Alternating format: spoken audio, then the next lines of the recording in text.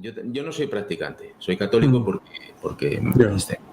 mis padres eran católicos, me bautizaron, pero no soy realmente practicante. Pero la investigación propia personal ha cambiado totalmente la visión que yo tenía sobre la labor misional. O sea, el misionero, ese misionero que se va descalzo, que recorre cientos, miles de kilómetros en absoluta pobreza, con el único objetivo de convertir, de ganar almas para la cristiandad, poniendo en riesgo su vida, porque el listado de frailes asesinados en intentando hacer su vocación, su trabajo, pues es inmenso. O sea, es que no. Agarras un documento y te hablan de, no, pues en tal sitio mataron a 2 frailes, en otro sitio los decapitaron, en otro sitio... O sea, la especie humana es violenta. Esa labor misional a mí me cambió totalmente con el estudio de los documentos y con el estudio de las misiones. No hay nada parecido a lo que hicieron los misioneros en todas partes del mundo.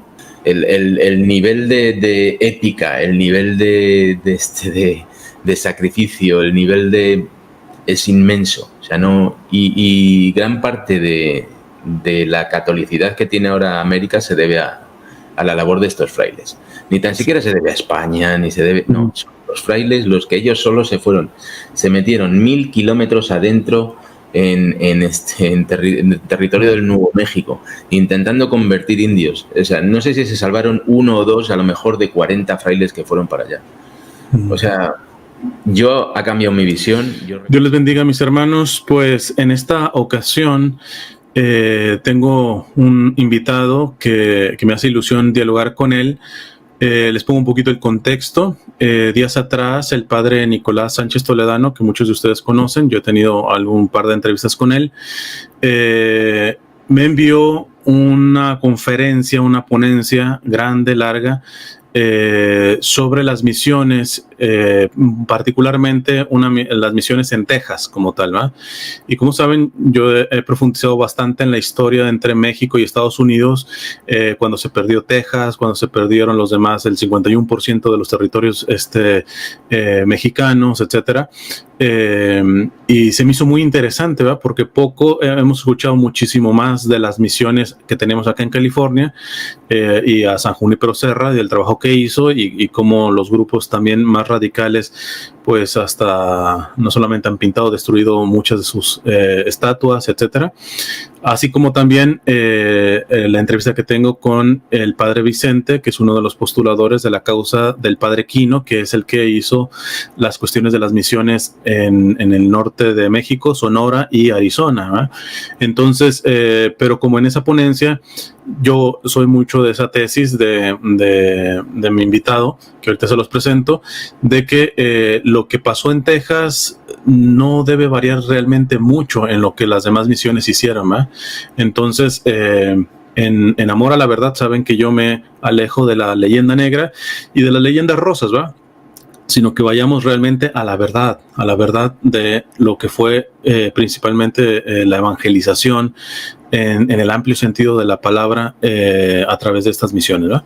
Entonces, quisiera darle la bienvenida a Jorge Luis García Ruiz, que es doctor en esta materia, así que bienvenido, Jorge, y gracias por aceptar la invitación. Gracias a ti, Cristian, por invitarme, y bueno, espero que todo vaya bien en esta, y la gente que te está viendo pues aprecie lo que le vamos a aportar hoy. Ya. Primeramente, para un poquito una reseña tuya, ¿quién nos podría decir quién es Jorge Luis García Ruiz? Un poquito de tus estudios, de cómo te has adentrado a este mundo de las misiones. Pues yo soy doctor en estudios del mundo antiguo por la Universidad Complutense y la Universidad Autónoma de Madrid. Y pues bueno, por razones que no tienen que ver con mi carrera, nos trasladamos aquí a San Antonio, en Texas. Y aun siendo arqueólogo, yo busqué materia para trabajar, pero el tema está bastante copado por los propios arqueólogos del lugar. Y bueno, pues me quedó el ponerme a investigar sobre otros temas relacionados con la historia. Llamó mucho la atención precisamente el que no se hubiesen leído muchos documentos de los que ellos mismos guardan aquí en la zona de Texas. Para eso, pues bueno, ya sabes que la historiografía norteamericana ha escrito su propia narrativa. Y lo que fui descubriendo poco a poco, pues es que estaba totalmente alejada de la realidad. No tiene nada en común. Es que es como, pues como esas películas, ¿verdad?, que te ponen el cartelito de cualquier parecido con la realidad es pura coincidencia. Pues así es como está escrito. Y entonces me vine para acá. En un momento dado llegó a mis manos una copia del registro de bautismos de la misión de San Antonio de Valero, que es pues el libro más importante de los 3 primeros que se escribieron en Texas. Está escrito en español por los frailes que estuvieron a cargo de la misión de San Antonio de Valero, hoy conocida como el Álamo.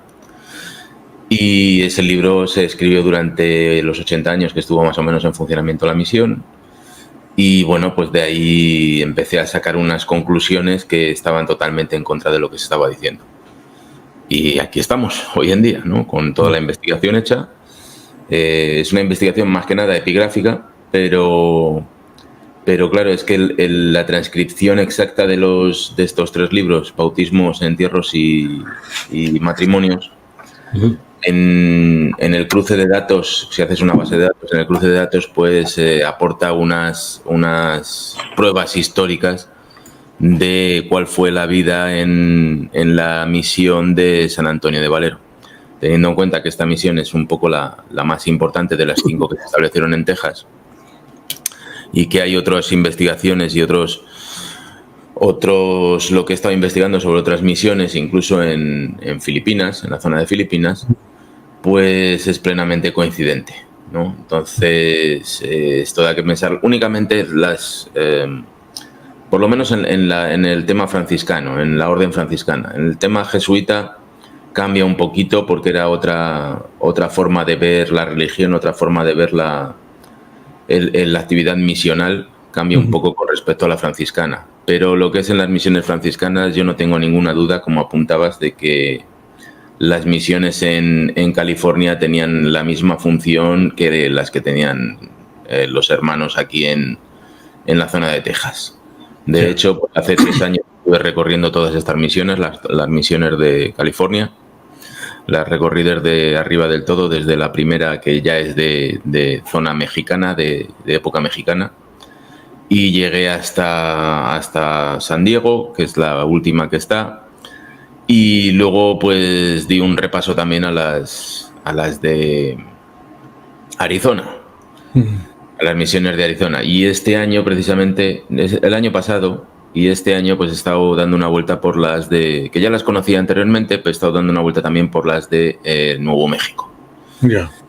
Y entonces, pues bueno, quizá pues se podría hacer una investigación mucho más profunda por mi parte, pero ha sido un inicio por ver un poco, comparar con lo que yo tenía aquí en Texas.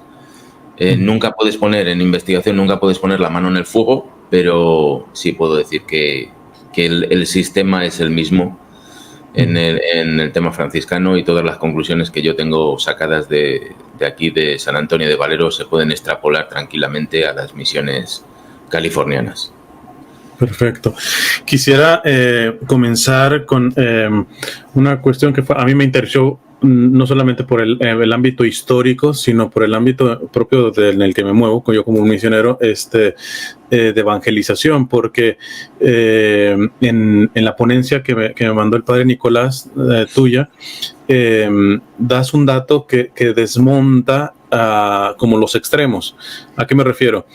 Mencionas que la evangelización explícita, hablo por evangelización explícita en el hecho de anunciar el evangelio como tal, porque a veces podemos hacer una evangelización implícita en el hecho de que el evangelio que no se encarna en la ayuda al pobre, en que la fe en Cristo se encarne en las cuestiones sociales. Hoy le llamamos la doctrina social de la iglesia como tal, ¿no? Ya más sistematizado y todo esto. Pero vemos mucho de estas cuestiones, de estos principios de la doctrina social de la iglesia, como el respeto a la vida, el bien común, la solidaridad, etcétera, en las estructuras propiamente de las misiones, ¿no? Entonces tenemos el primer extremo que dice, llegaron los misioneros y quisieron imponer la fe católica, ¿no? O sea, se las impusieron, se las obligaron a los indios y no básicamente los torturaban, etcétera, etcétera. Está primero ese extremo. Y luego tenemos otro extremo al interior de la iglesia, de los factores o de las regiones, vamos a ir más conservadoras o tradicionalistas, que dicen, es que como los misioneros supieron imponer la fe, no por la violencia, etcétera, etcétera, pero la obligaban. Entonces yo cuando empecé a escuchar con datos que das y todo, dices, ni una ni otra. O sea, acá la cuestión es de cómo se le respetaba el mismo proceso del indígena en abrazar la fe. Y esto con lo que tú mencionas de todo el estudio que has hecho con estos libros de difuntos, de bautismo, etcétera, ¿qué nos podrías decir al respecto de esto? A mí me interesó mucho porque desmonta estos dos extremos, ¿verdad? Uno que supuestamente en defensa de la iglesia, pero que pone una evangelización como impositiva. Realmente se le impuso la fe, aunque estos dicen no con la violencia, pero se tiene que hacer un ejercicio de proselitismo duro y puro. Y el otro extremo que dice, no solamente se hizo un proselitismo duro y puro, sino se hizo a través de la violencia y de una manera básicamente dictatorial. ¿Qué nos podrías decir al respecto de esto?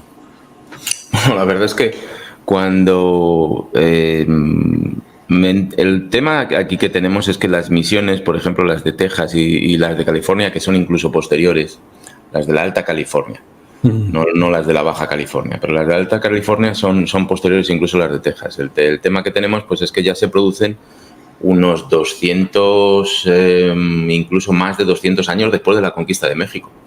Entonces la historia tal y como se nos cuenta, pues parece que se conquistó Ciudad de México y ya se conquistó toda América, ¿no? Entonces no tiene nada que ver la conquista militar que pudo hacer en su momento Hernán Cortés con la ayuda de muchas otras naciones aliadas, no solo los tlaxcaltecas, porque todo se enfoca, todo es blanco o negro en la historia tal y como se cuenta hoy en día. Pero es que eran tlaxcaltecas, otomís, había un montón de tribus que estaban sometidas por los mexicas y entonces vieron con ojos abiertos la llegada de los españoles. Pero claro, esto solo es la conquista de la Ciudad de México. Es que la gente no entiende esto, es que luego al norte se siguió con esa mecánica por parte de Nuño Beltrán de Guzmán y por parte de otros conquistadores, pero llegó un momento, sobre todo tras la guerra del Mixtón en 1540 y la guerra chichimeca, después de 40 años de guerra se dieron cuenta las autoridades españolas que no se podía conquistar el territorio por lo militar, el territorio y las gentes. Entonces, creo que fue el obispo de Guadalajara el que propuso, entre otras personas, propuso a las autoridades virreinales que se negociase con los indios, que se les diese en forma de regalos todo lo que hasta ese momento iban robando en las expediciones que iban a Zacatecas y a otros lugares, a cambio de que se estableciesen en pueblos de paz y aceptasen la llegada de los frailes. Claro, estamos hablando de unas sociedades mucho más antiguas que la mexica, mucho más antiguas en la forma evolutiva, en la evolución, ¿no? Los mexicas tenían una cultura un poco más, un escalón o varios escalones por encima de por ejemplo, huachichiles y zacatecos. Y lo que estamos ofreciendo en ambos lugares, la Iglesia lo que está ofreciendo pues es que se cambie la religión mexica, que sacrificaba de forma violenta a miles y miles de personas en lo alto de una pirámide o de varias pirámides, por una religión de paz como realmente es la católica. Entonces, por mucho que los frailes impusiesen esa catequización, siempre fue mucho más suave que la que traían los mexicas con sus sacrificios en lo alto de la pirámide. O sea, estamos sustituyendo una religión extremadamente violenta, como era la mexica en su momento, con una religión de paz como es la católica. En algún momento, pues los frailes sí se tuvieron que imponer porque, claro, lo que trae España y lo que trae la religión es orden. Y a la gente no le gusta el orden. A la gente le gusta vivir sin normas, le gusta hacer lo que quiere y no le gusta el orden. Pero sí hay otros que en otras tribus que están siendo sometidos por la fuerza y entonces lo que dicen, bueno, pues esta nueva religión que viene no pretende que nos matemos unos a otros, no pretende que nos comamos unos a otros, sino que lo que pretende es que vivamos en armonía y en paz. Oye, pues muchos la abrazaron con mucha motivación. Estamos hablando de los mexicas, pero si nos vamos al norte, como digo, nos vamos a la zona chichimeca, sobre todo guachichiles y zacatecos.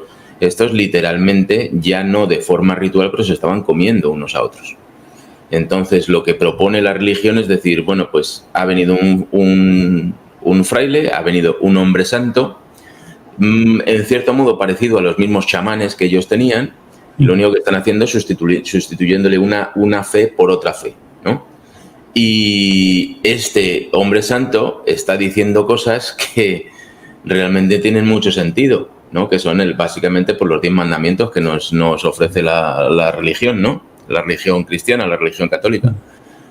No matarás, no robarás, son 10 mandamientos, pero realmente es un decálogo de convivencia, ¿no? Para que se pueda convivir en paz y se pueda producir. El objetivo, por otra parte, de la corona era precisamente que el territorio y las gentes estuviesen en paz, porque de esa manera se consigue producción. Había que producir, y no solo producción de las minas como echan muchas veces en cara, sino el territorio tiene que producir vacas, tiene que producir cerdos, tiene que producir trigo, maíz, tiene que producir. Y un territorio en guerra no produce. Y no solo no produce, sino que se despuebla. Entonces, lo que están trayendo estos frailes es una forma de vida, no tan siquiera una religión, porque todo se enfoca en la religión, pero los frailes lo que le enseñaban a los indios era todo tipo de cosas. A cultivar los campos, nuevos sistemas de producción de alimentos, sobre todo de alimento, el tema del lenguaje. Entonces es hasta chistoso, ¿verdad?, que ahora se acuse a la religión católica de imponerse por la fuerza, cuando lo que está tratando de imponer es la paz y es el bien para todos, ¿no? Es un poco, o sea, ya es el darle la vuelta a la sartén y decir, bueno, pero ¿qué estamos discutiendo en este caso?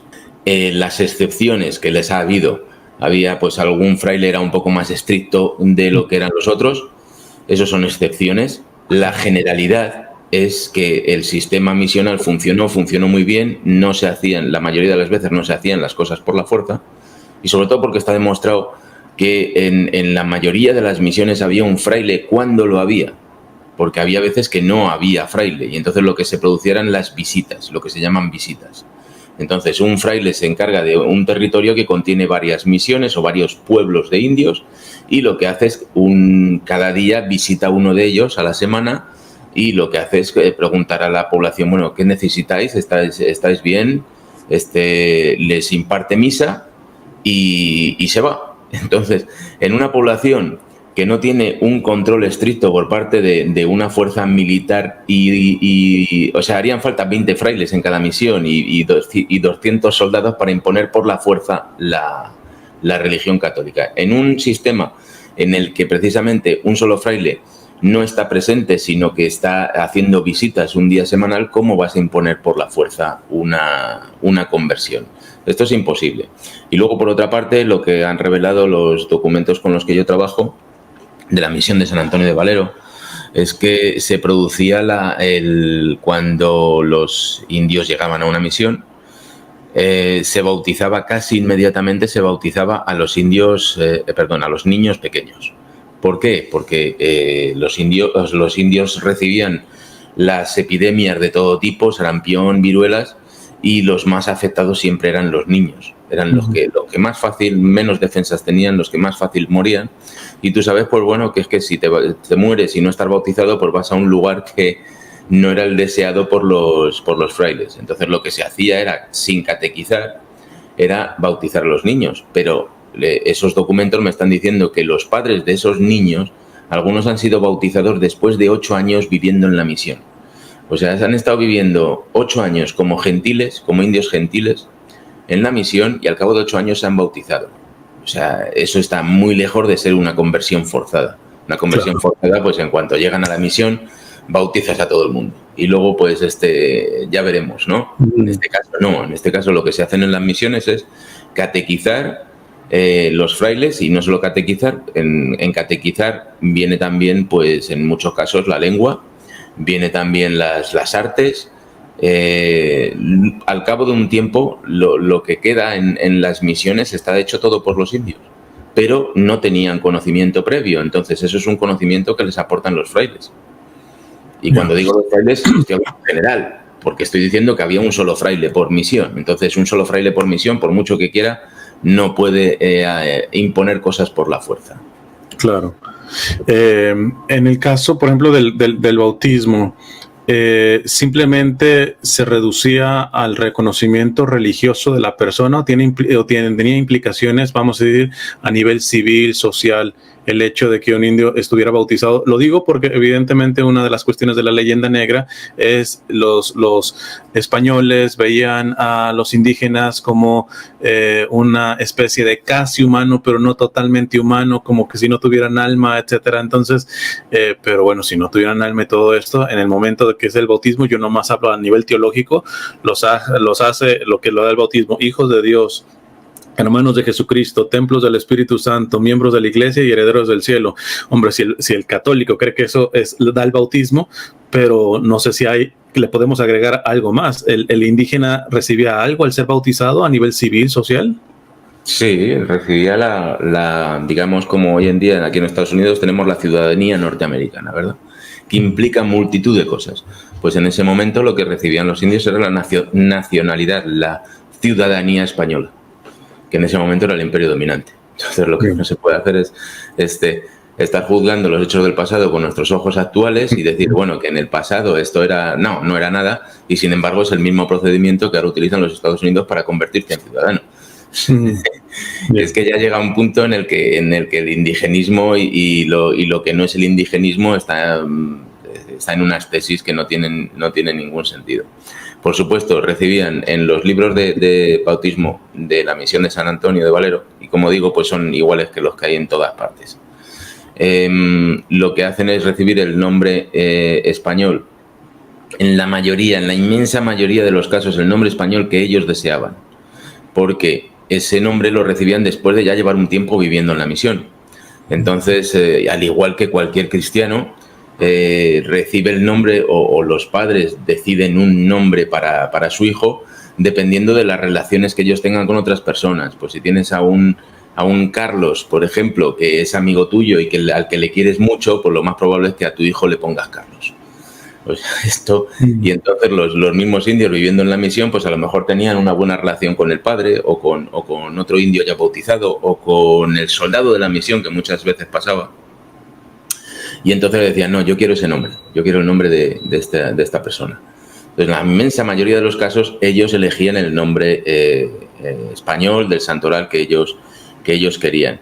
Y al mismo tiempo, pues el registro lo que está diciendo, pues este indio gentil no utilizaban la palabra bárbaro ni salvaje, ya, eso lo tenemos que dejar claro.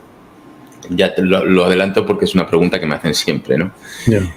El calificativo de salvaje se les daba en las misiones francesas y luego... Sí, a lo que iba. Otros que han llegado sí daban unos calificativos muy particulares a los indígenas. El indio pacífico que vivía en la misión y no estaba bautizado recibía el nombre de gentil.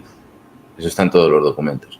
Luego sí, en algunos casos había indios bárbaros. No eran salvajes, vale, podemos entender que bárbaro es sinónimo de salvaje, pero esto se daba para los indios enemigos, o sea, para sobre todo apaches y para otro tipo de indios que no querían para nada estar estar relacionados con nada español, y lo que hacían era atacar continuamente misiones y pueblos y matar a un montón de gente. Entonces a estos se les daba el nombre de bárbaros. Pero no por definición, como hacían misiones francesas, llamar a todo el indio, llamarle salvaje. Esto no sucedía en las misiones españolas, se les llamaba indios gentiles. Entonces estos, una vez que recibían el nombre y eran bautizados, en los registros se recoge el nombre que tenían anteriormente, en los registros de bautismo. Este indio se llama en su nación, en su gentilidad, se llama lo que sea, y ahora, a partir de ahora se le bautizó con el nombre de Juan, ¿no? Por ponerte un ejemplo. Y entonces sus padrinos son este y este. Al principio eran el soldado o alguien representativo del de los españoles recién establecidos en ese lugar, que como ya eran cristianos, no porque fuesen españoles, sino porque ya eran cristianos antiguos, entonces ellos pues hacían las veces de padrinos. Pero una vez que los indios de la misión empiezan a llevar ya ciertos años de cristianidad, empiezan a funcionar también como padrinos. Entonces, lo que se trata aquí es de darles no solo la cristiandad, sino darles también la hispanización. Y con la hispanización iba unido todo. Pues iba la forma de vida que teníamos los españoles, y porque al fin y al cabo, cuando tú haces un cruce de datos con toda la información que salen de estos libros, lo que te das cuenta es que lo que funcionaba en España como pueblo es lo que se llevó a América. O sea, una copia exacta de la administración, del tema legal, del tema administrativo, del tema también religioso, del tema educativo, del tema de trabajo, todo. O sea, lo que tenemos en América, las misiones son pueblos, copias exactas de los pueblos que había en la península ibérica.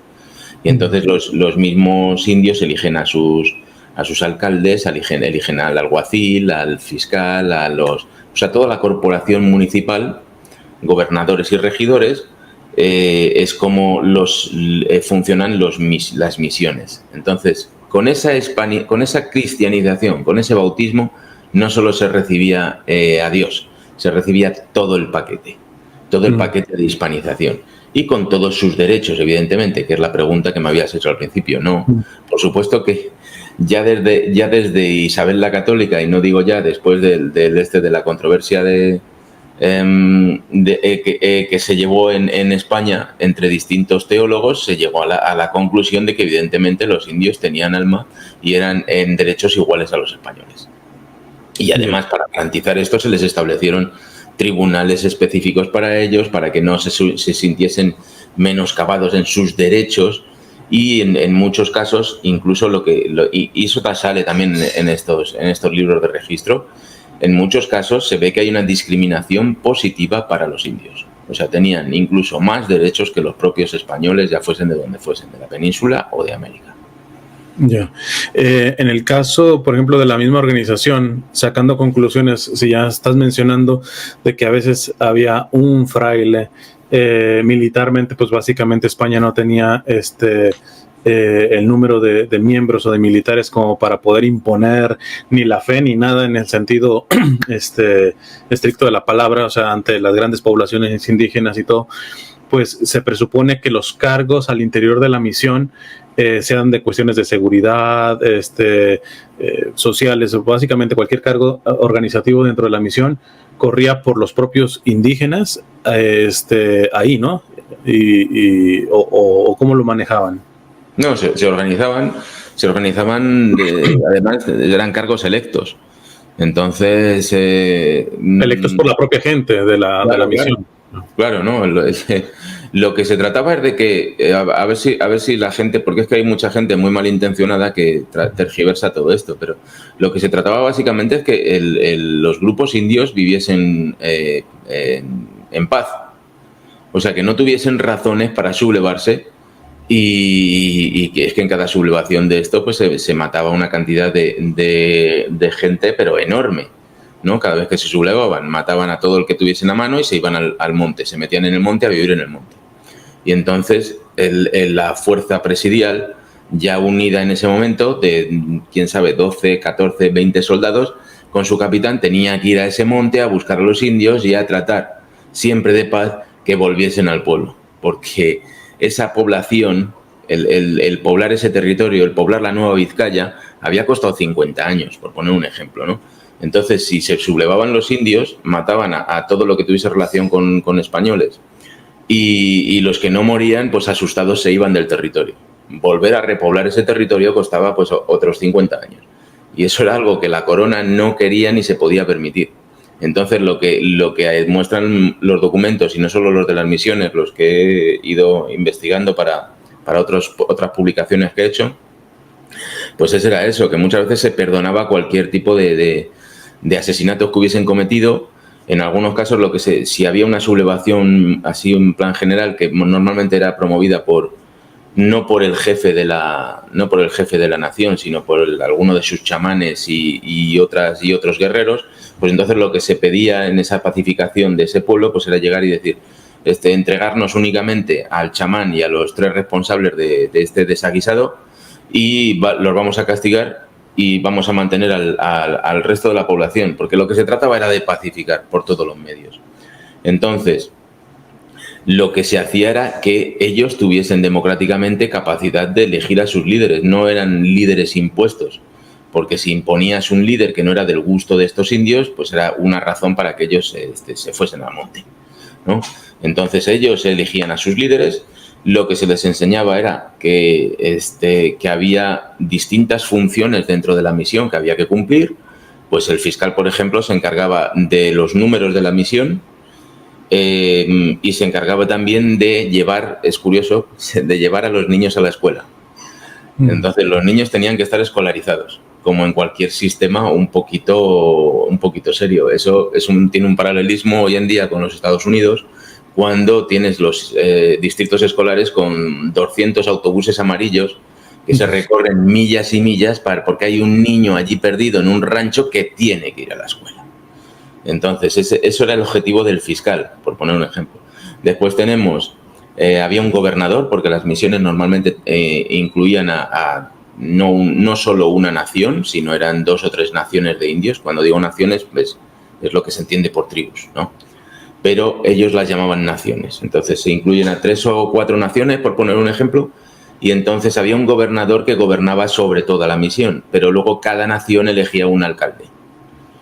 El tema era aquí, sobre todo, darles una responsabilidad a cada uno de los grupos humanos, y ellos elegían a su alcalde.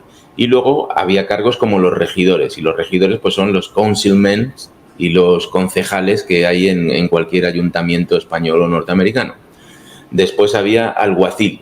Entonces el alguacil era el que se encargaba de imponer los castigos cuando alguien se portaba mal, porque toda sociedad requiere un sistema punitivo, porque la sociedad como grupo también se tiene que defender de la gente que se porta mal. Claro. Entonces, hay un alguacil que es el que se encarga es el policía, o el sheriff, si lo podemos entender así en el sistema norteamericano actual. Y luego incluso había síndico. O sea, todos los cargos electos que había en España para una población estaban también en las misiones. Y ellos mismos son los que se regían. ¿Por qué? Porque si alguien tenía que imponer un castigo, mejor que lo hiciese uno de los propios indios de su grupo.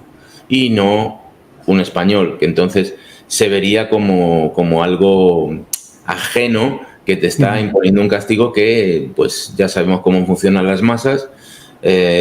A veces con pruebas o a veces sin pruebas, pues se deciden cosas que realmente están alejadas de la realidad. O sea, pues a lo mejor había que imponer un castigo que tampoco solían ser, ya había que haber matado a 3 o 4 personas para que te impusiesen una pena de muerte. El sistema español no era así. Muchas veces, y además eso a mí me han dicho en alguna ocasión, me han dicho, bueno, es que tenían un poste en la misión en el que y azotaban a los indios y los castigaban. Bueno, pero es que ese mismo poste está en cualquier pueblo de España en aquel mismo momento. Y muchas veces lo que se hacía, alguien que hubiese robado, que se hubiese portado mal, pues se le ataba al poste y se le dejaba atado durante un día o 2 para que todo el pueblo viese lo mal que se había portado esa persona. Había veces que sí, el castigo incluía latigazos, de acuerdo, pero era el mismo sistema que en aquel momento histórico se aplicaba en cualquier parte del Imperio Español. Hoy, y sobre todo subrayar la parte de que no se le latigaba o no se le exponía por el hecho de ser indígena, sino por el hecho de haber cometido algún tipo de crimen, ¿no? O sea, por una cuestión delictiva, básicamente. Claro, porque luego se empieza a mezclar y se empieza a hacer una cuestión de que decir, es que, pero al fin y al cabo es un indígena, sí, pero te estás haciendo un brinco en la lógica, estás cayendo en cuestiones de falacias. O sea, no se le, vamos a llamar, se le torturaba al indio por ser indio. O hubo algún tipo de esa práctica. Digo, no sé si la hubo a nivel separada, repito, o sea, hay casos de... Claro, es que si nos ponemos a separar entre indios y españoles, lo que primero hay que definir es qué es español. Porque en la frontera no había españoles. Tendríamos al fraile, que a lo mejor sería así español, o podría ser criollo, o podría ser novohispano. El soldado normalmente no era español. O sea, lo que conocemos por españoles son los que estaban bautizados. Entonces, para esos trabajos en la frontera, que eran duros, que eran muy peligrosos, que esos soldados se tenían que enfrentar a tribus muy agresivas, como pudieran ser los apaches o cualquier otro tipo de...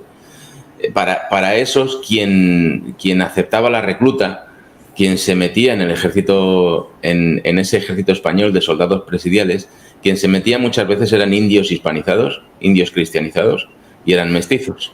Entonces hay que entender cómo funcionaba esto para no hacer una diferenciación entre indios y españoles. Y si hablas de tortura, por ejemplo, pues mira, hace poco hemos tenido aquí una reunión y ha habido discusiones y hay que decirlo como suena, la estupidez muchas veces llega a unos límites que son difíciles de comprender, porque desde el indigenismo tejano algunas personas están diciendo que los frailes torturaban a los indios obligándoles a comer. No, o sea, en un punto en el que el conseguir comida es tan difícil y es tan escasa la comida, la vas a desperdiciar torturando a alguien. No, mire, usted, la tortura siempre ha sido quitándole la comida a la gente. Esa ha sido la tortura. No embuchándoles comida y haciendo un desperdicio. Pero eso es lo que está viendo el indigenismo, ¿no? Que solo hay tortura. En las misiones solo hay tortura, cuando era todo lo contrario. Lo que había era protección de los indios que vivían en ese pueblo, en esa misión, contra otros indios que eran muy agresivos y que llevaban milenios matándolos y secuestrándolos y quitándoles todas sus posesiones. O sea, esto es lo que hicieron las misiones, no hicieron otra cosa. Quizá aquí entraría un poquito la pregunta que me dejó escrita el padre Nicolás Sánchez Toledano. En tu experiencia, ¿de dónde crees que viene esta actitud de indigenismos, ¿no? En donde, por ejemplo, aquí en California han vandalizado muchas estatuas de San Junípero Serra, se ha despreciado mucho las cuestiones de las misiones y todo esto, y me decía, esto sí lo desconozco, del fundador básicamente de la Universidad de Stanford, que, haciendo paréntesis, yo al menos he recibido servicios médicos ahí, la mejor universidad que yo haya encontrado, mejor hospital que yo haya encontrado en el trato humano, etcétera, etcétera. Pero eso no quita de que parece que su fundador llegó, él sí, como a abusar de indígenas en esa región de California, en el norte, arriba de San José y toda esta cuestión. Me faltan datos, me puso este dato el padre Nicolás, pero su pregunta era más por ese lado, es decir, ¿tú qué has encontrado? ¿Por qué a alguien que hay datos que hizo abuso de indígenas, en este caso parece el fundador de la Universidad de Stanford, y por otra parte se estigmatiza a las misiones españolas, ¿va? A los misioneros, a San Junípero Serra, ya lo querían quitar del Capitolio, allá donde está la estatua representado como uno de los fundadores de California, etcétera. En tu perspectiva, ¿de dónde viene este tipo de actitud, ¿va? Bueno, quizás sea una lucha de iglesias desde la cabeza. O sea, la Iglesia Católica es muy poderosa a todos los niveles, a nivel mundial, pero económicamente, políticamente, siempre lo ha sido y es quizá la más poderosa. Es mucho más poderosa que, por ejemplo, la anglicana o la bautista o la adventista o cualquier otro tipo de iglesias. Entonces es una manera de prolongar esa leyenda negra anti-española, pues es una leyenda negra anticatólica. Eso es lo que yo creo. Entonces todo lo que está relacionado con este tema, pues se basa, lo que te decía al principio, en un tema de excepcionalidades convertidas en generalidades. Entonces, como en todas partes, sí, ha habido casos de frailes o de párrocos que por alguna razón abusaban de los indios, pues sí, algún caso seguro que hay. Yo la verdad es que no, hasta la fecha habré encontrado un caso nada más en la zona de Sonora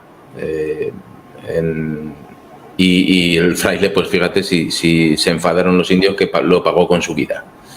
Entonces en los documentos realmente no he encontrado casos realmente flagrantes pero si los ha habido, lo que se ha hecho es utilizar documentación que realmente hay mucha, porque en el Imperio Español todo estaba documentado, todo estaba escrito, y como he dicho muchas veces, por lo que se hace es utilizar solo la parte de la documentación que te interese, ¿no? Si alguien ha hecho una reclamación en contra del fraile porque se ha portado mal con los indios, te presentan esa prueba como diciendo, ¿ves?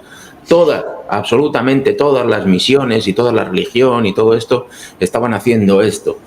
Y resulta que te pones a analizar documentación y al final de ese proceso de investigación, porque todo se investigaba, resultó ser que la denuncia era falsa. En muchos casos las denuncias han sido falsas, pero si tú quieres conseguir algo, pues al final tienes que acusar a otra persona de alguna fechoría, aunque no la haya cometido. Entonces, yo creo que sí es la cuestión que confunde más, porque cuando uno escucha la retórica en contra de las misiones de España, etcétera, presentan pruebas, entonces presentan, mira, esta es la denuncia como tal. De hecho, en la conferencia que me pasó el padre Nicolás que estabas dando, mencionabas, creo que si no mal recuerdo, a una doctora que estaba haciendo una tesis en donde así, de una manera de golpe y porrón decimos nosotros, decía que a los documentos y las cartas de los frailes, etcétera, que ni siquiera hay que leerlas porque pues son muy supersticiosas, etcétera. O sea, alguien académicamente se salta eso y ya a partir de ahí construye una tesis doctoral. Uno dice, wow, o sea, sí, pero la tesis doctoral podría no ser válida, ¿de acuerdo? Yeah. Pero es que no es solo porque esa persona haya escrito una tesis que no vale para nada, absolutamente para nada. Es que esa persona tiene un director de tesis, tiene un tribunal, tiene una institución universitaria detrás que le ha dado un doctorado. Wow. O sea, y no recuerdo el nombre, lo tengo en esa multitud de archivos que tengo en mi computadora. Tengo esa tesis doctoral y recuerdo perfectamente que el primer párrafo dice, no he tenido en cuenta, era sobre el canibalismo, supuesto canibalismo de los Karankawas, una tribu, una nación que vivía en la costa de Texas, con la que, por cierto, pues estuvo conviviendo Cabeza de Vaca durante varios años y no se lo comieron. Pero bueno, ella defiende en su tesis, y lo dice en el primer párrafo, no he tenido en cuenta los documentos españoles, porque los frailes escribían, creo recordar, de una manera muy fantasiosa que es difícil. Oye, si eres historiador, pues estás para sacar el grano de la paja, ¿no? Entonces, y claro, eso requiere que te dejes fuera el 99% de los documentos. Entonces, ¿qué estás leyendo? Estás leyendo documentos que se escribieron a lo mejor 100 años después de lo que pasó, de lo que había, por un anglosajón que muchas veces lo que está haciendo es precisamente manipular la historia para que se cuadre a sus visiones. Bueno, pues el problema es que le dieron la tesis, le dieron el doctorado. Ese es el gran problema. No es solo que haya alguien que diga voy a escribir esto que es mentira. No, es que hay un sistema, una institución, una universidad y una serie de responsables de tribunal y de director de tesis que han aprobado esa mentira. Entonces, pues, ese es el gran problema. Hay lo que seguramente conoces en la cultura pues, anglosajona de aquí de los Estados Unidos que se llama el destino manifiesto, ¿verdad? Esta cuestión de que ellos creen de que son elegidos por Dios, pues básicamente pues para americanizar, bueno, en el sentido gringo, vamos a llamarlo así, porque América pues, es el continente, pero pues todo. De hecho, había movimientos por ejemplo, cuando intervinieron en México, había un grupo que se llamaba All Mexico, querían agarrarse todo México. O sea, lo que terminó agarrándose fue porque Nicolás Trist, que fue el que hizo la negociación, él lo pone en sus referencias. Me daba pena ver a estos mexicanos negociando, etcétera, y él trata de que se lleven lo menos posible. Entonces, pero ya cuando regresa, el presidente pues lo castiga y termina como funcionario en una oficina de correos, ¿verdad? Le quitan toda autoridad política y todo esto, y diplomática. Entonces, pues mucho está movido en mi perspectiva a través del destino manifiesto, y cuando Donald Trump estaba en su presidencia, de hecho promovió un libro a través de esta cuestión que yo le llamo por la leyenda del Álamo como tal, ¿va? Porque solamente cuentan la perspectiva de los Estados Unidos como tal, hablan de esta cuestión de Texas y todo esto. Son varias preguntas que tengo sobre esto que aplican ya más a la realidad actual, a la coyuntura actual. La misión esta en la que te has especializado, ¿de cuándo a cuándo funcionó?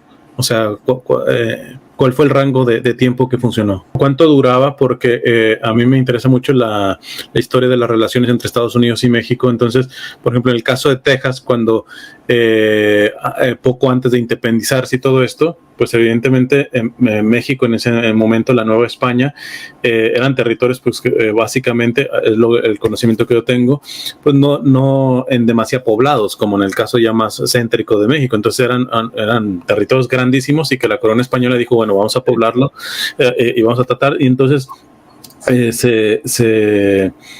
se aceptó migrantes, pero había condiciones que ponía la corona española, que fueran católicos, que estuvieran dispuestos a aprender el español. Curioso, porque ahorita es irónico de las cuestiones migratorias por parte de Estados Unidos con respecto a México. Porque, no, totalmente, porque entraron, vamos a decir, estadounidenses de manera ilegal a Texas, porque no respetaron los acuerdos y las leyes que México, bueno, que en ese entonces la Nueva España, y después el primer emperador mexicano, Iturbide, que siguió con esta cuestión que dio la corona española, al punto de que se llenó y tuvieron tanto poder los estadounidenses que empezaron a separarse. Y estamos hablando evidentemente de 1835-36 por ETA. Entonces ya no había misiones. Ya no había misiones, ok. No, la misión termina su función, o sea, los últimos registros que tengo es de los matrimonios, los tengo para 1790 y tantos aproximadamente.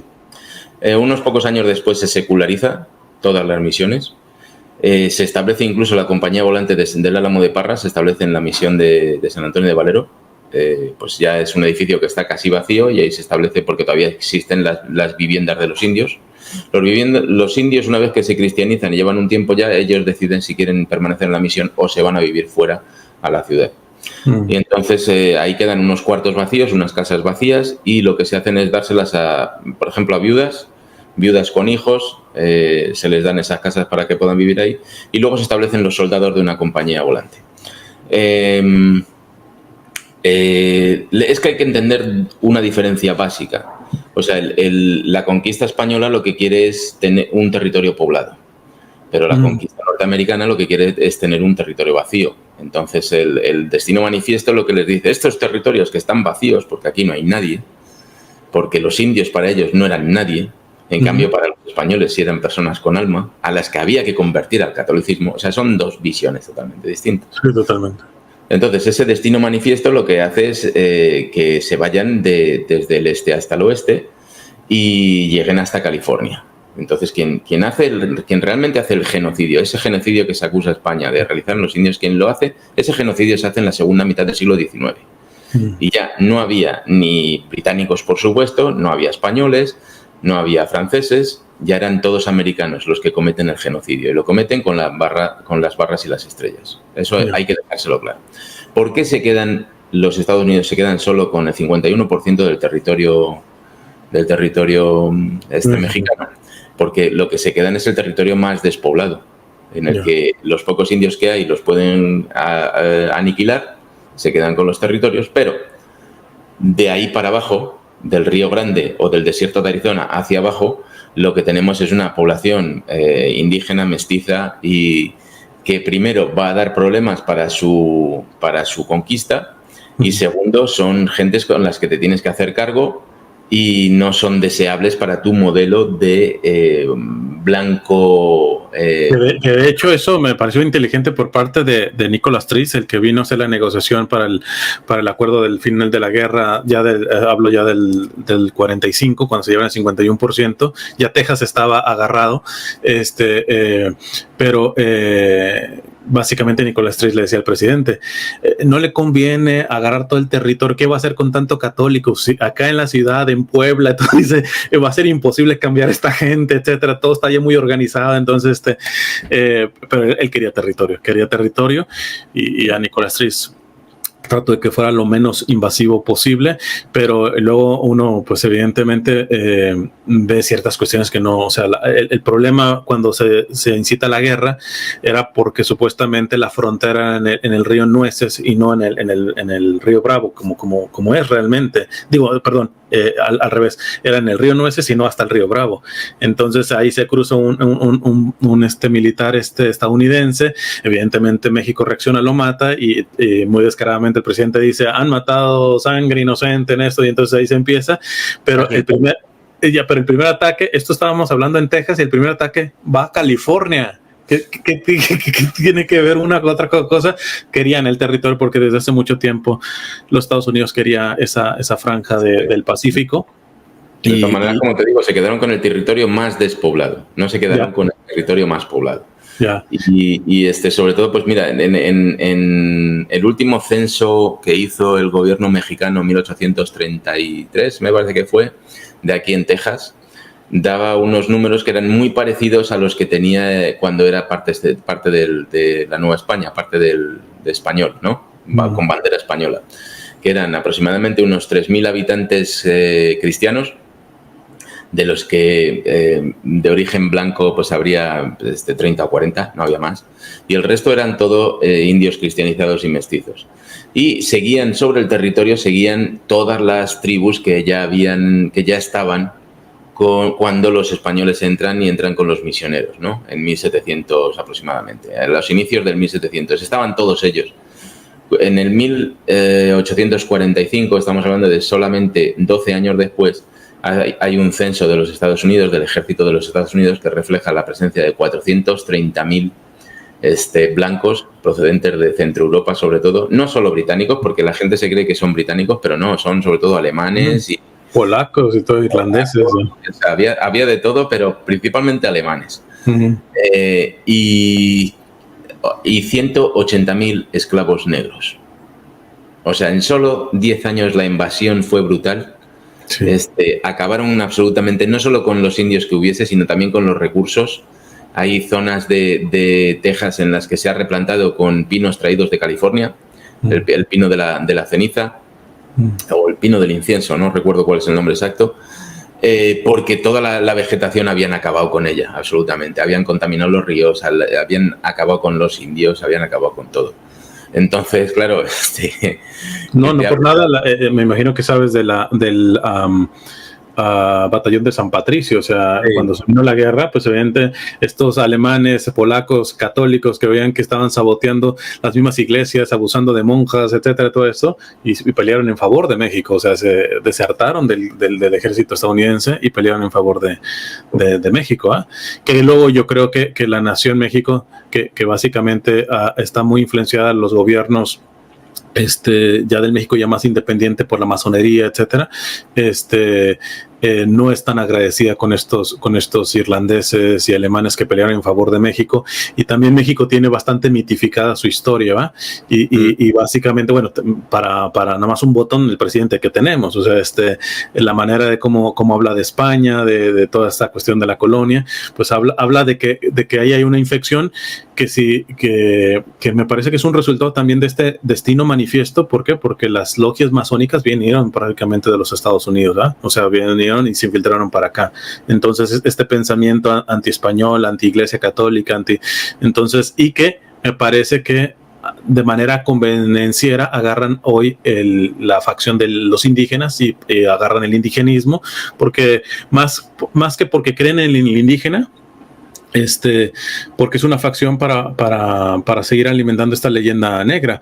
Nosotros tuvimos quizá, no nos lo enseñan como ha sido el mejor presidente de México, etcétera, Benito Juárez, que por ser indígena y todo esto, pero él mismo no defendió a indígenas y los vapuleó en la parte norte de México, ¿eh? Entonces, son estas cuestiones que uno dice, ¿por dónde vienen los tiros, ¿verdad? O sea, supuestamente defiendes a los indígenas, pero traes un récord antiindígena. Entonces, ahí hay unas cuestiones.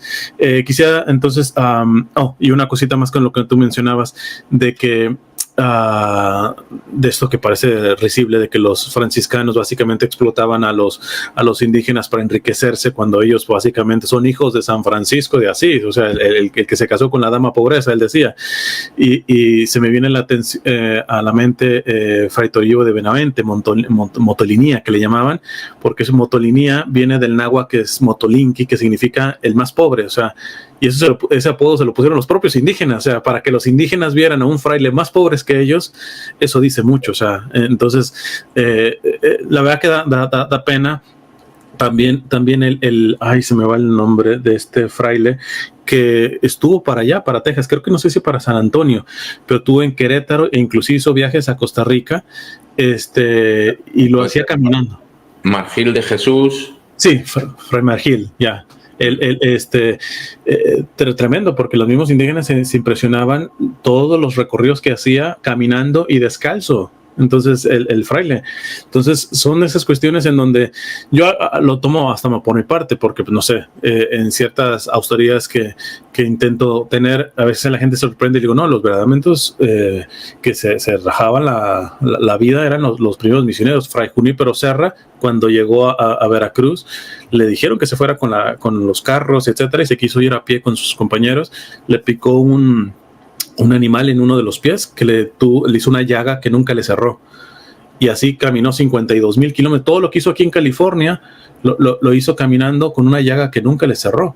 Entonces, son esas cuestiones, y a mí me parece tan injusto, porque cuando todas estas oleadas de violencia, de cómo maltratan la imagen de San Junípero Serra, las misiones, y se da esto, yo digo, en los Estados Unidos, con el poderío que tiene, ¿por qué tú crees que se da? O sea, ¿tú crees que sigue habiendo odio a lo que significa España, o odio a lo que significa la Iglesia Católica, o es una cuestión de que es más bien, de alguna manera, querer defender este destino manifiesto de que, listo, o sea, bien con España y la Iglesia Católica, pero nosotros somos superiores, como raza, como colonia, como etcétera? No sé, en tu perspectiva, para ir ya cerrando esto. Bueno, yo creo que es una cuestión de poder, ¿no? De poder. Como te decía al principio, la Iglesia Católica es muy poderosa. Y no solo es muy poderosa en lo económico y en lo político, es que es muy poderosa en el mensaje. Entonces es un mensaje de hay que ayudar al prójimo, y eso las otras iglesias cristianas que traen los norteamericanos no siempre es así.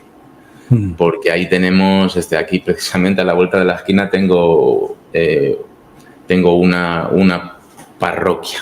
No sé si son bautistas o...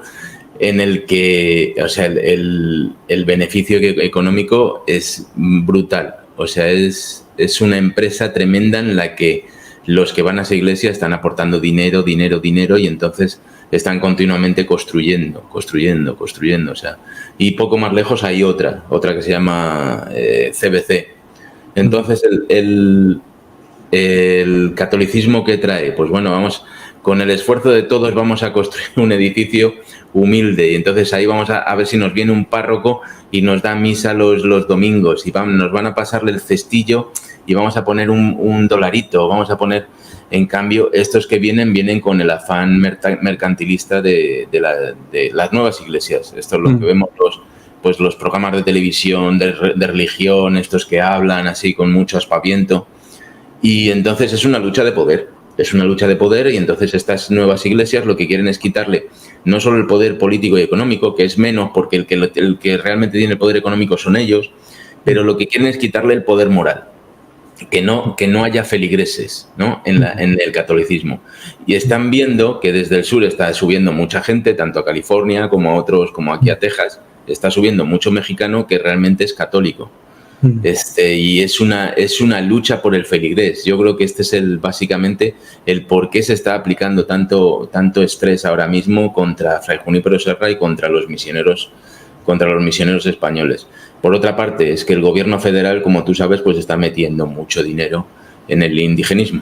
O sea, está financiado totalmente por el indigenismo. Pero ya con una cuestión, repito, en este caso como ideologizada, ¿no? De ciertos lobbies, ¿verdad? Porque en realidad al final uno no dice, en realidad le interesa el indígena, pues como que no, en mucho sentido, ¿no? O sea, simplemente agarrar el pretexto del indigenismo. Entonces, pero ahorita que mencionas eso, me parece que sí, porque, por ejemplo, la visión de prosperidad en el sentido anglosajón o protestante como tal, pues sí, es como un tipo de mercantilismo, etcétera, y la visión de la Iglesia Católica, la doctrina social de la Iglesia, que aún todavía se tiene en el compendio de la doctrina social de la Iglesia, tiene, por ejemplo, dos principios que básicamente, por lo que he escuchado de cómo se manejan se manejaban las misiones, pues son fieles a lo que la Iglesia Católica cree. Uno es el bien común. O sea, no es una cuestión como de castas, o aquí los de arriba ganamos más, como de pirámide. Aquí es todos, entramos todos, como decimos en México, todos coludos o todos rabones. Entonces, y el otro, la subsidiariedad, ese principio de la doctrina social de la Iglesia que ayuda a regular el poder del propio Estado y también la propiedad privada, ¿va? Precisamente para que una no se coma la otra como tal, ¿no? Tener un buen Estado como tal, pero al mismo tiempo entender que la propiedad privada, que la reconoce la Iglesia Católica, pero dice que no es absoluta, está supeditada al bien común, ¿va? Entonces, por lo que entiendo, las misiones tenían esta estructura de un Estado, pero un Estado que vela por el bien común, un Estado que vela, o sea, no por clases, ¿eh? no por estos sistemas piramidales, etcétera, sino que había una cuestión de subsidiariedad, de solidaridad, de bien común, ¿no? Sí, ¿no? Y eso está demostrado cuando se produce la secularización de las misiones. Entonces, todas las tierras y todas las posesiones de las misiones se reparten entre los que en ese momento estaban viviendo en la misión. Que ya para ese momento no había muchos indios porque ellos ya se habían ido, pero todos los grants que hablan aquí, land grants, todas las concesiones de tierras que hasta ese momento pertenecían a la misión, pues van a nombres que son de los indios hispanizados. Entonces, hasta ese punto llega el reparto. Cuando dicen, no, es que a los indios se les quitó las tierras, casi se les dio mucho más que las propias tierras, porque al final las tierras no se las llevó España a España, o sea, es que luego se repartieron entre los habitantes. O sea, es todo un despropósito. Y en cuanto a lo que decías tú necesitas, para hacer lo que se está haciendo por parte de esas élites religiosas estadounidenses, necesitas soldados. Y si no tienes soldados, pues, o sea, si no, la manera de tener esos soldados que ataquen a Fray Junípero Serra, que quemen las misiones españolas, las iglesias, pues es primero con dinero, pero luego también metiéndoles ideología. Sin ideología no puedes tener soldados.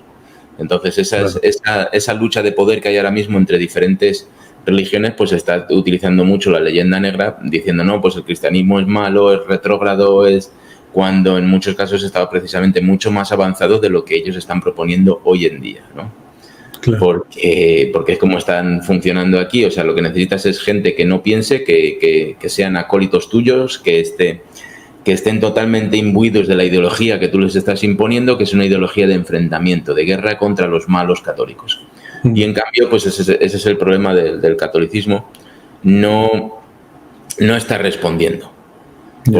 Porque realmente moralmente no concuerda. No puedes estar, por un lado, diciendo, no, tenemos que ser buenos de acuerdo a la ley de Cristo, de acuerdo a los 10 mandamientos, a todo el catecismo, tenemos que ser buenos, y al mismo tiempo defendernos contra estos ataques. Entonces, es una lucha que de momento, mientras no se cambie un poco la orientación de los católicos, vamos por detrás, vamos quizá perdiendo, Ya, por lo menos. Pero tú has encontrado problemas, por ejemplo, esto tiene que ver mucho con la cuestión educativa.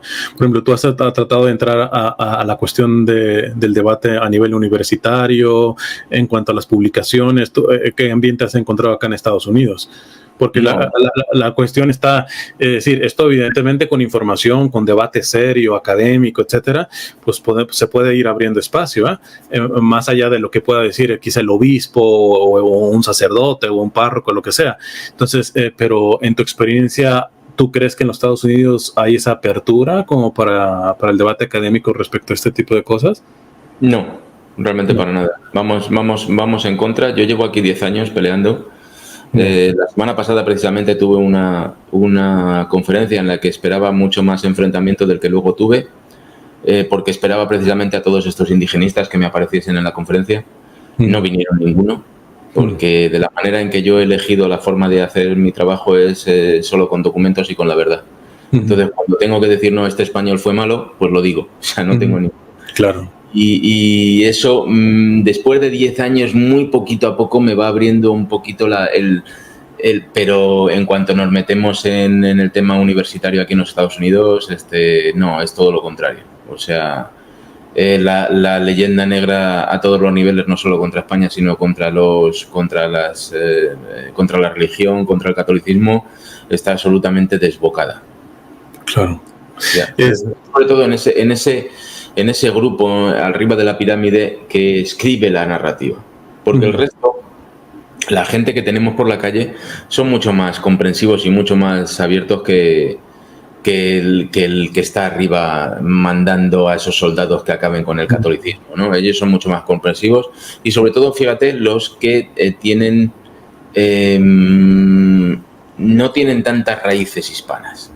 O sea, está abriendo un poco de campo sitios como Ancestry, ¿verdad? Que se hacen una prueba de ADN y por ejemplo, pues hay gente que tiene un apellido Smith muy norteamericano, muy inglés, pero le sale en su Ancestry que resulta que tiene, yo qué sé, un 30 o un 40% de sangre europea española, íbera. Y entonces son los que, claro, este tipo de pruebas ya les hacen decir, bueno, pues espérate, vamos a estudiar un poco el tema. Y cuando empiezan a estudiar el tema, les pasa lo que a mí, que vas tirando de documentos y dices, pero ¿cómo nos han mentido durante todo este tiempo, ¿no? Y eso es un poco un despertar, pero es un despertar a nivel, yo creo, de gente que no tiene capacidad de cambiar la narrativa, de gente normal de la calle. Mientras no se pueda cambiar lo que se está trabajando en las universidades, pues no se va a hacer nada. Y precisamente ellas van en el lado contrario porque el dinero viene de ese lado contrario.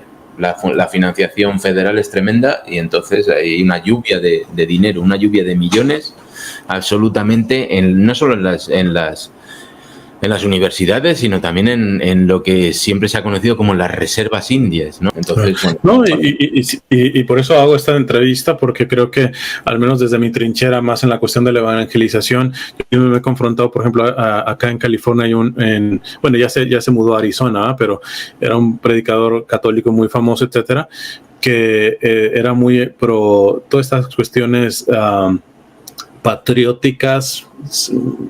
Quizás suene fuerte, pero a mí me parecen más que patrióticas, patrioteras respecto a Estados Unidos y todo esto. Él es hijo de mexicanos y todo eso, es bastante anti-inmigrante y todo esto, pero al mismo tiempo decía, por ejemplo, que hizo bien Estados Unidos en agarrar esta parte de cuando se llevó el 51%, que si hubiera estado en el lugar de México, California no sería tan próspera, etcétera. Pero al mismo tiempo después uno le escucha conferencias diciendo, tenemos que recuperar California para Cristo, miren, ama los nombres, todos en español, y Los Ángeles, todos de San José, Santa Clara, etcétera, pero que hay una contradicción completamente, o sea, porque saboteas el principio de que ese territorio se fue robado. De hecho, de acuerdo al derecho internacional, el tratado Guadalupe Hidalgo sería inválido totalmente, o sea, no sería...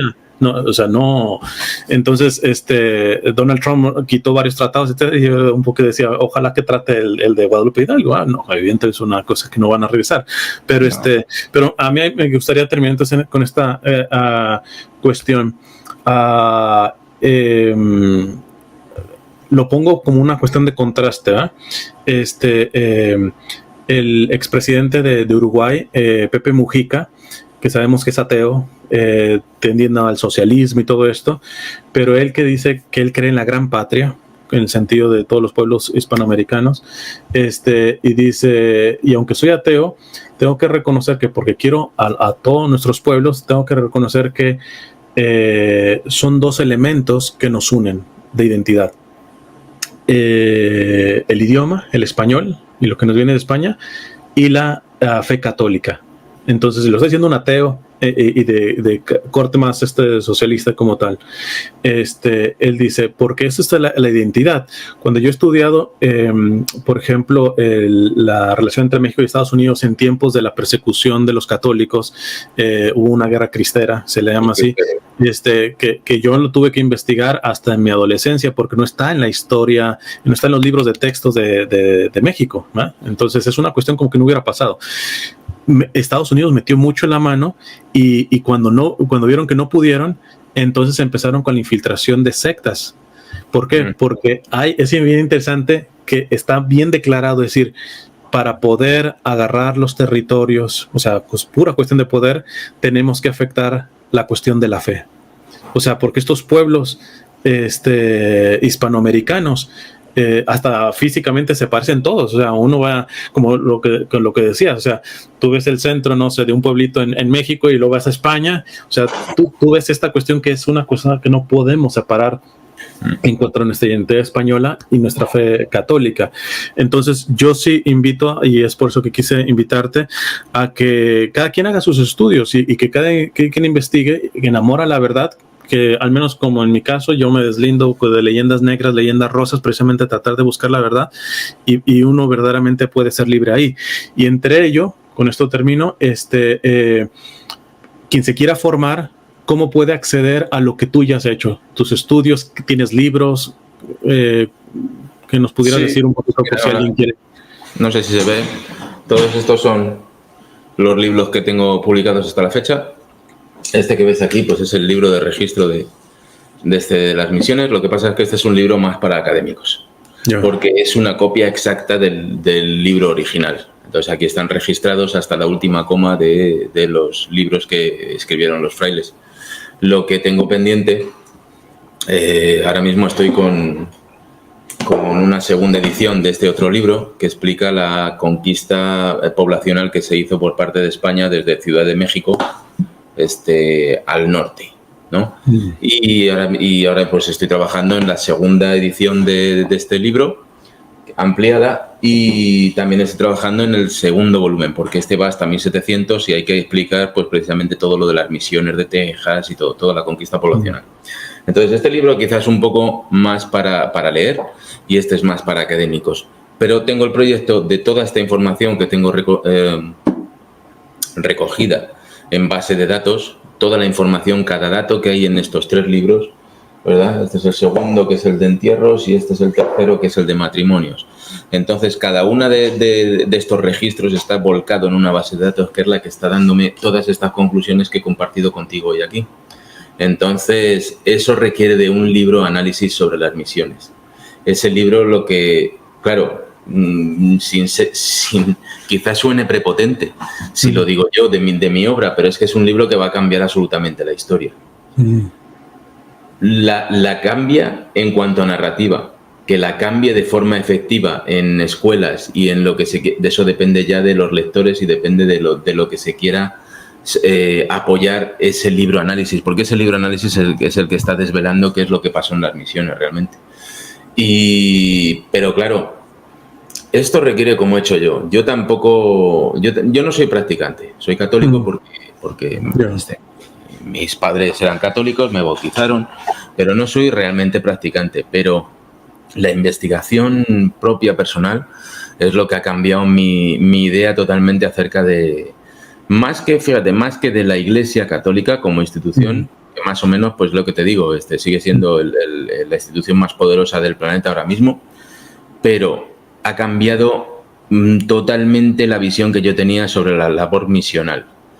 O sea, el misionero, ese misionero que se va descalzo, que recorre cientos, miles de kilómetros en absoluta pobreza, con el único objetivo de convertir, de ganar almas para la cristiandad, poniendo en riesgo su vida, porque el listado de frailes asesinados en intentando hacer su vocación, su trabajo, pues es inmenso. O sea, es que no. Agarras un documento y te hablan de, no, pues en tal sitio mataron a 2 frailes, en otro sitio los decapitaron, en otro sitio. O sea, la especie humana es violenta.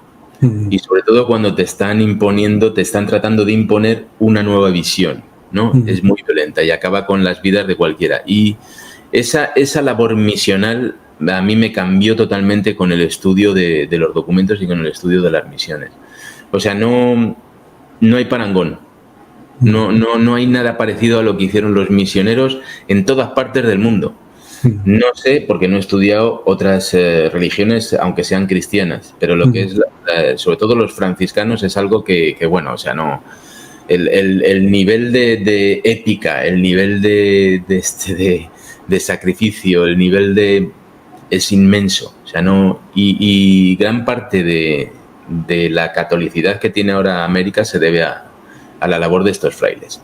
Ni tan siquiera se debe a España, ni se debe... No, son los frailes los que ellos solos se metieron 1000 kilómetros adentro en territorio del Nuevo México, intentando convertir indios. O sea, no sé si se salvaron 1 o 2, a lo mejor, de 40 frailes que fueron para allá. O sea, yo ha cambiado mi visión. Yo recomiendo como ese camino de Santiago que cualquiera puede hacer, ¿no? Es una experiencia personal el decir, bueno, me voy a cultivar, voy a agarrar los documentos. Exacto. Voy a Te pregunta, ¿tus libros los pueden encontrar en alguna plataforma? ¿Te contactan a ti? ¿Cómo sería? Todo lo tengo en Amazon. Todo lo tienes en Amazon. Porque lo que quiero proponer también a mi audiencia es, precisamente porque aquí hay un gran hueco y un bache a nivel académico. Me ven gente muy jóvenes, etcétera, que están en universidades, inclusive docentes, que al menos hagan el intento de que en sus bibliotecas los pudieran tener. O sea, no tanto que quizás, sobre todo toda la colección esta que tienes, que es más académica, pues difícilmente es como para que alguien se la compre y la tenga aquí, ¿verdad? Entonces es algo que quiera investigar y hacer un trabajo académico.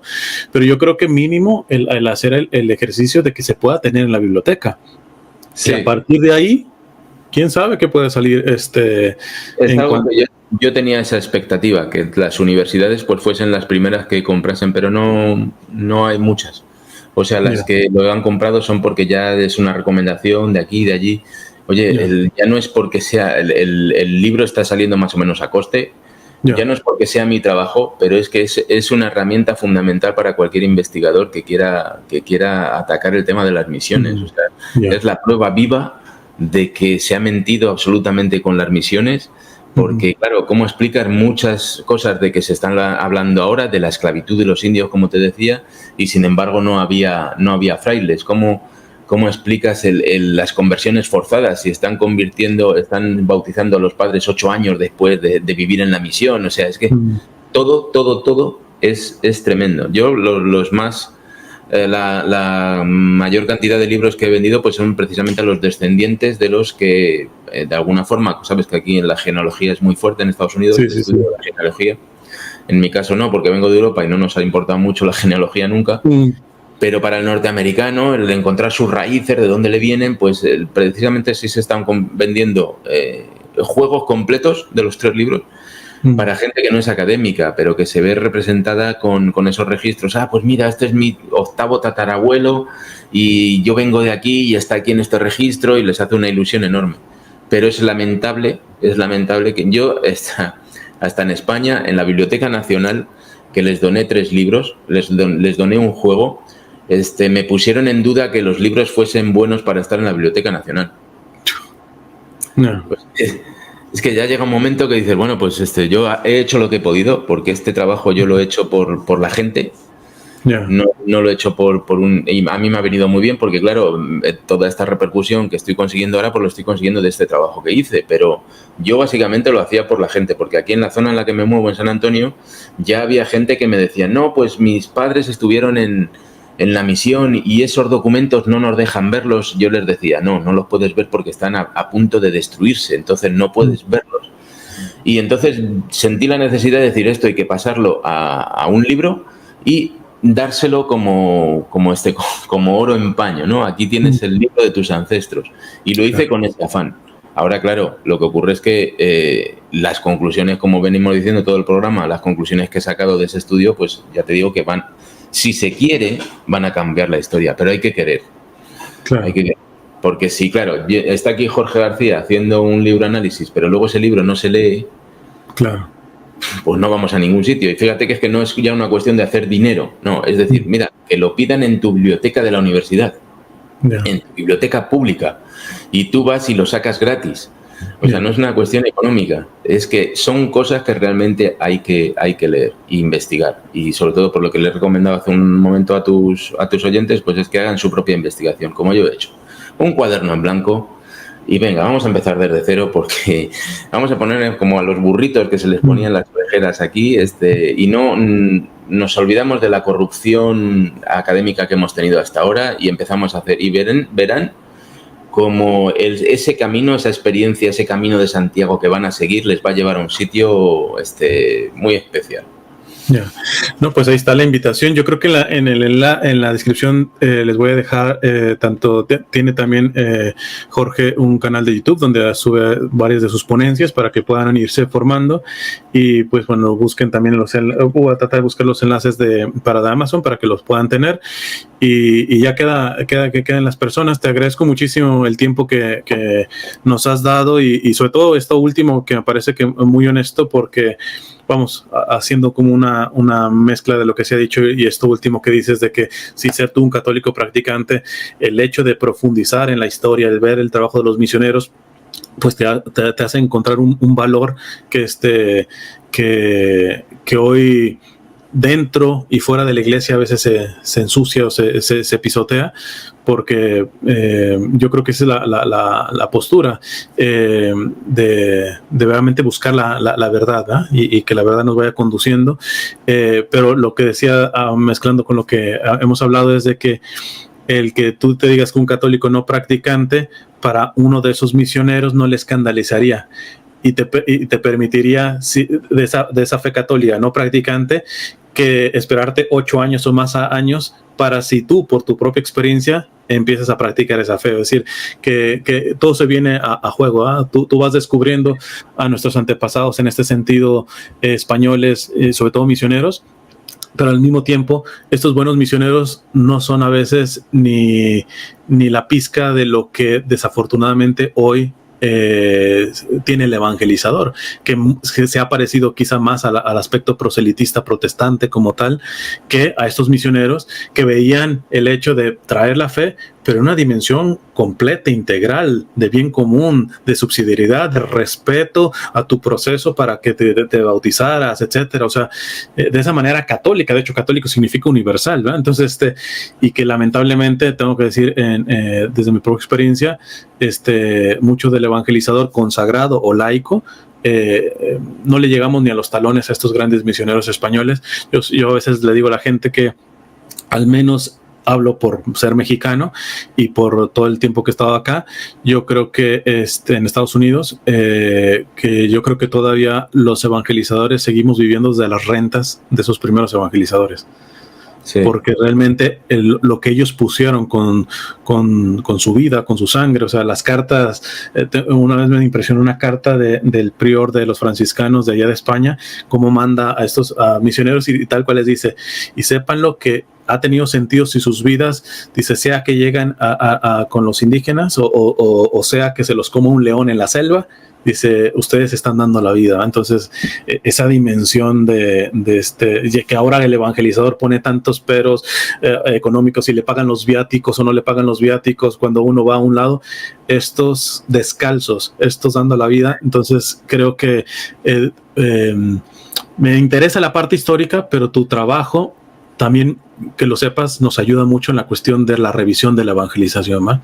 Que se pueda purificar en tantas cuestiones, que se ha protestantizado en el sentido de verlo más como un tipo de negocio, como industria, etcétera, y no esta manera genuina de entregar la vida. Entonces yo te agradezco en esta parte también por mi gremio en el sentido de la evangelización y la misión, ¿eh?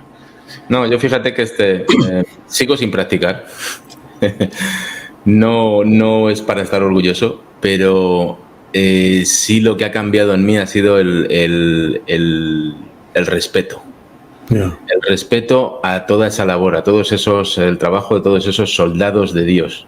Yeah. O sea, eso es lo que he ganado con este trabajo. Sigo sin practicar, por la razón que sea, no vamos a entrar en ello ahora. Yeah. Pero el respeto a esas gentes, pues es lo que ha cambiado totalmente en mí y es lo que estoy tratando de hacer, pues compartir un poquito todo ese conocimiento, no sin entrar en leyenda rosa, pero diciendo, oiga, esto es una injusticia total que a esta gente se les estén achacando los crímenes que se les están achacando. O sea, tirar ahora mismo una estatua de Fray Junípero Serra es el crimen más grave casi que se puede cometer por injusticia histórica. Histórica. Sí. Y esa es mi forma de pensar. Ya veremos si a mí me... No, el proceso solamente lo lleva Dios. Repito, para un evangelizador católico que hoy actúa más como protestante, en este sentido de proselitismo, etcétera, estaría tratando más bien de retarte en esta parte, ¿verdad? Pero inclusive yo hasta lo veo positivo. Yo solamente Dios sabe cuál es el proceso tuyo, ¿verdad? A nivel de fe, pero lo encuentro positivo porque esta información no le está dando un católico enamorado de su fe católica, que la vive, etcétera, etcétera. Entonces creo que nos beneficia a nosotros los católicos que tú, aunque abiertamente dices que no eres practicante, precisamente como que para qué ventaja tú tienes de poder hablar bien de un fraile cuando ni siquiera o sea, creo que le suma a la credibilidad del trabajo que estás haciendo, ¿eh? Y a nivel personal, pues Dios lleva el proceso con cada uno. Ni los que nos podemos decir practicantes, podemos presumir mucho. Gracias a Dios tenemos un papa que continuamente nos está picando en esa herida.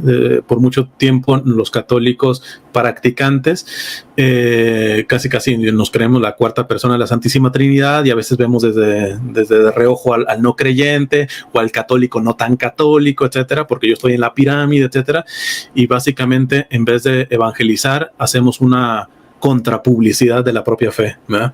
Porque sí, eso no es el verdadero evangelio, ¿va? Entonces, pues yo te agradezco mucho. Y pues bueno, ahí en la descripción van a encontrar toda la información de los libros de Jorge, su canal de YouTube, y te doy la última palabra, lo que quisiera cerrar. Solo despedirme. Muchas gracias por la oportunidad. Y pues en cualquier momento que tú quieras hacemos otro programa, cuando tengas otras consultas que hacer, o aquí estaremos a tu disposición totalmente. Perfecto. Oye, muchas gracias, te agradezco muchísimo por todo, y bueno, para todos que Dios les bendiga y estamos en comunicación.